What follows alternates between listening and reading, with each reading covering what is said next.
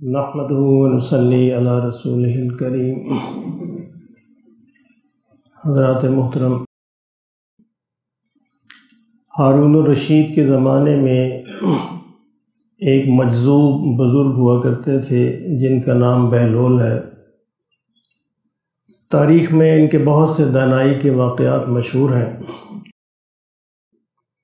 ہارون الرشید کی بیوی ملکہ زبیدہ ایک دن جا رہی تھی، راستے میں دیکھا کہ راستے میں بہلول بیٹھے ہوئے ہیں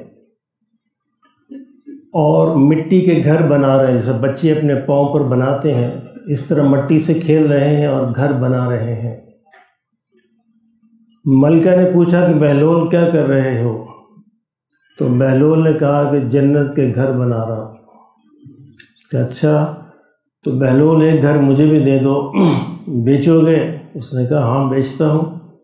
اچھا کتنے میں دو گے؟ اس نے کہا 1 لاکھ میں دوں گا۔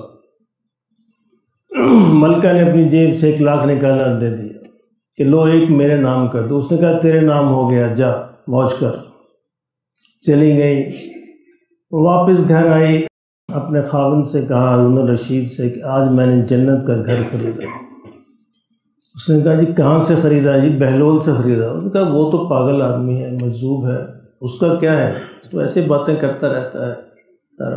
اس نے کہا نہیں میں نے تو خرید لیا، مجھے یقین ہے مجھے ملے گا جنت میں۔ ادھر بہلول نے 1 لاکھ درہم یا دینار اس سے لیے اور شام تک اللہ کے راستے میں تقسیم کر دی۔ اب رات ہوئی، رات میں ہارون الرشید نے خواب میں دیکھا کہ جنت میں پہنچا ہوں اور بڑا ہی عالی شان محل ہے جس کے اوپر لکھا ہوا ہے زبیدہ۔ یہ محل کے اندر جانے لگا، فرشتوں نے پکڑ لیا، کہاں جا رہے ہو؟ کہی میری بیوی کا گھر ہے۔ کہ تیری بیوی کا گھر ہے، تیرا تو نہیں ہے، تمہیں تو اجازت نہیں ہے، واپس چلے جاؤ، تمہاری کوئی ملکیت نہیں ہے۔ نیند سے بیدار ہوا، بڑا پریشان ہوا، اٹھا کہ یہ کیا ہوا میرے ساتھ۔ اچھا کہتا چلے میں بھی خریدتا ہوں۔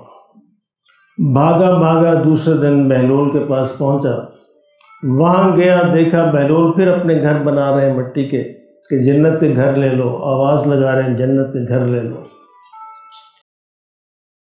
ہارون الرشید نے کہا کہ مجھے بھی ایک گھر دے دو، کتنے میں دو گے؟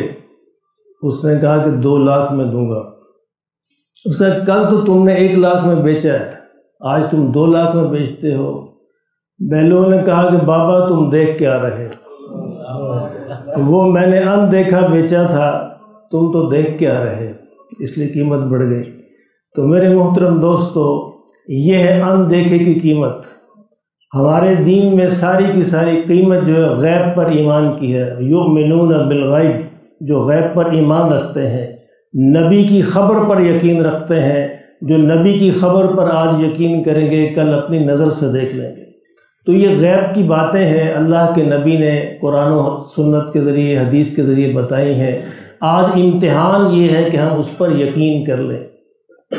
بڑی مچھلی نے چھوٹی مچھلی سے کہا دریا میں کہ دیکھو بڑا خطرناک معاملہ ہے، ایک دن آئے گا اس دریا کے کنارے پر ایک شخص بیٹھے گا، ایک کنڈا لٹکائے گا، اس کے آگے رسی ہوگی، اس کے آگے گوشت کا ٹکڑا ہوگا یا روٹی ہوگی، دیکھو اس کو منہ نہ لگانا۔ اگر تم نے اس کو منہ لگایا تو وہ کانٹا تمہارے گلے میں پھنس جائے گا، پھر وہ تمہیں یہاں سے باہر نکال لے گا، باہر نکال کے چیر پھاڑ کرے گا، تمہیں آگ پر بھونے گا اور ایک 32 دانتوں والی مخلوق تمہیں کھائے گی۔ چھوٹی مچھلی نے کہا ایسے عجیب باتیں کرتی، کھانے سے روکتی ہے مجھے۔ اس نے دریا کا چکر لگایا، ادھر گئی ادھر گئی ادھر گئی، اس نے کہا مجھے تو کوئی ایسا شخص نظر نہیں آتا، نہ کوئی کانٹا ہے، نہ کوئی شخص ہے، نہ کوئی انسان، کچھ بھی نہیں ہے۔ اس نے کہا نہیں میں نے تمہیں سمجھا دیا، میں نے تمہیں بتا دیا، خبر میں نے تمہیں دے دی، یقین کر لو گی تو اچھی رہو گی، نہیں کر لو گی تو ماری جاؤ۔ اس نے کہا یہ خام خواہ میری غذا کی دشمن بنی ہوئی ہے، اس کو کیا پتہ، اس کی عقل ماری گئی ہے، بوڑھی ہو گئی ہے۔ چلے ایک دن پھر ویسے ہوا کہ وہ کانٹا لٹکا ہوا دیکھا، یہ اس کے قریب گئی، خوشبو اچھی لگی کہ بڑی اچھی غذا ہے، اور اس کو منہ لگا لیا۔ جو ہی منہ لگایا کانٹا گلے کے اندر پھنس گیا۔ اس نے کہا اوہ ہو اب کیا ہوا؟ اب پھر وہ سارا منظر سامنے آیا، باہر نکلی، چیر پھاڑ ہوئی، 32 دانتوں والی مخلوق نے کھایا، لیکن میرے دوستو وقت گزر چکا تھا۔ ایسے ہی عزرائیل جب ہمارے گلے میں کانٹا پھنسائے گا تو یقین آ جائے گا کہ اللہ کے رسول صحیح فرمایا کرتے تھے، اللہ نے بھی، اللہ کے نبی نے بھی حق بات کہی تھی، سچ بات کہی تھی، لیکن اس وقت یقین کا فائدہ کوئی نہیں، کانٹا گلے میں پھنس چکا ہوگا، مچھلی تڑپ رہی ہوگی، آگ پہ بھونی جائے گی، ختم ہو چکی ہوگی۔ اللہ ہمیں یہ یقین نصیب فرما دے۔ آج امتحان اسی بات کا ہے، کیا ہم اللہ کے نبی کی بات پر یقین کرتے ہیں؟ جو جتنا یقین کر لے گا، یقین جانیے اللہ کی قسم جنت میں اتنے ہی بلند مرتبے پائے گا، اور جو یقین میں جتنا پیچھے رہ جائے گا جنت میں اتنا ہی پیچھے رہ جائے گا۔ اللہ ہمیں نصیب فرما دے۔ ایک بڑا ہی پیارا موقع جو ہے یہ رمضان کے دن ہے، اللہ اس کا فائدہ اٹھانے کی توفیق نصیب فرمائے۔